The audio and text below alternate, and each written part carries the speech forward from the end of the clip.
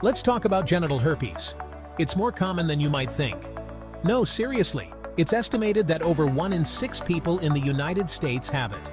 Genital herpes is caused by the herpes simplex virus, HSV. Don't worry though, there are 2 types of HSV, HSV1 and HSV2. HSV1 usually causes oral herpes, those pesky cold sores. HSV2 is the one that typically causes genital herpes. But here's the kicker. Both types can infect either area. Think of it like this. HSV1 prefers the north, your mouth, and HSV2 prefers the south, your genitals. But they'll visit each other if given the chance. So, why should you care? Well, for starters, herpes is for life. There's no cure. But don't freak out just yet. There are ways to manage it and live a perfectly normal, healthy life. Okay, let's get down to business. How exactly do you get genital herpes? The most common way is through sexual contact. We're talking any kind of sexual contact, vaginal, anal, or oral. Herpes is spread through direct contact with sores, blisters, or even just the skin in the genital area of someone who has it. And here's the kicker. You can still get herpes even if your partner doesn't have any visible symptoms. Sneaky, right? Now, here's where it gets a little tricky. You can also get genital herpes from someone who has oral herpes. Remember how we talked about HSV1 and HSV2 visiting each other? So, if someone with a cold sore gives you oral sex, you could end up with genital herpes. Not exactly the souvenir you were hoping for, right? Here's the good news. Herpes can't be spread through toilet seats, towels, or swimming pools. So, you can breathe a sigh of relief and go for that swim. So, you're probably wondering, how do I know if I have herpes? Well, that's where things get tricky. Some people with herpes don't have any symptoms at all.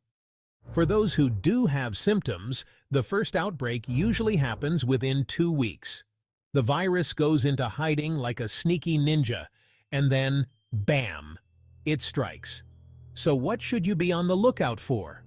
The most common symptom is blisters. These can pop up around your genitals, anus, or thighs. They can be painful, itchy, or just plain annoying. If you notice any of these symptoms, make an appointment with your doctor. Okay, so you've been diagnosed with herpes. What's next? There's no cure, but there's good news. Medications can manage symptoms and prevent outbreaks. These are called antivirals.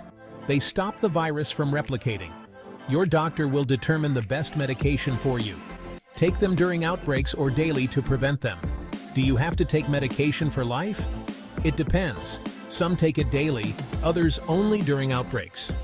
Decide with your doctor.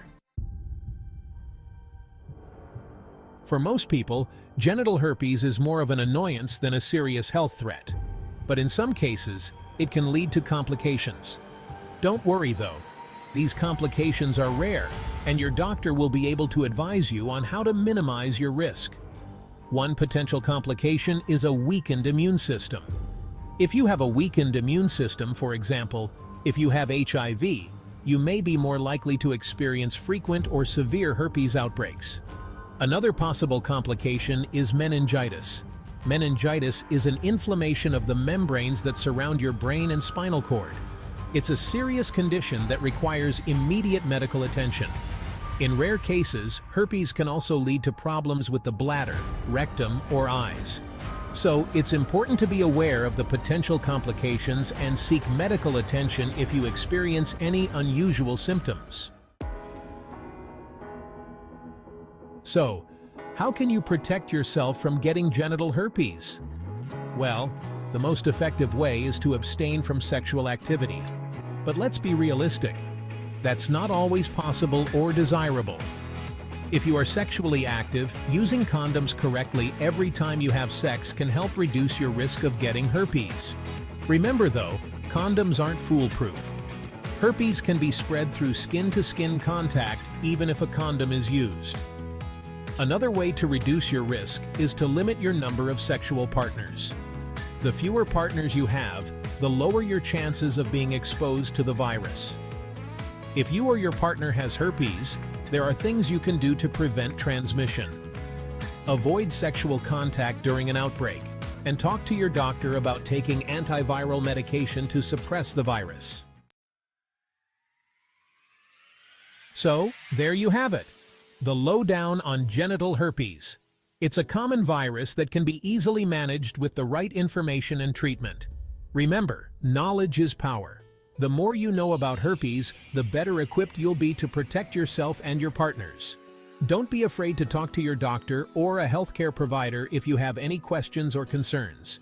And remember, having herpes doesn't mean you can't have a happy and fulfilling sex life.